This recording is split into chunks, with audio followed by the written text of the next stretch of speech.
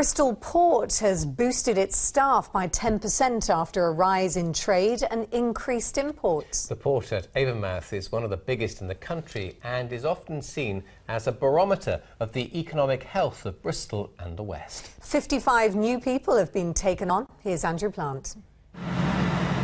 The Royal Portbury docks, together with Avonmouth, the giant gateways linking Bristol's waters to the worldwide economy.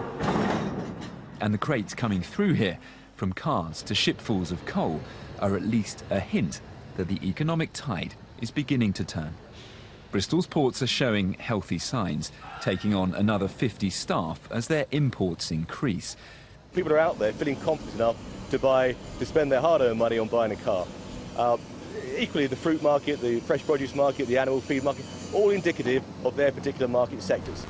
This is Britain's largest board cylinder, arriving at Avonmouth after having been brought from Liverpool by sea. This was Avonmouth in 1935, already then a working port for 65 years, and deliveries through here ever since have been growing for decades. It's so heavy it requires 2 traction engines to pull it through the streets. It's aluminium from, I believe it's from South Africa. After 42 years in the business, Brian's a good judge of just how busy things really are. And this port, he says, is beginning to boom.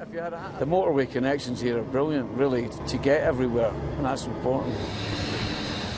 Deliveries are about economies of scale. This is actually a small ship. The biggest can now be dozens of containers across. But one benefit for Bristol is deep waters. New recruit Emily's job is to make sure the ship's pilots know exactly where the bottom might be.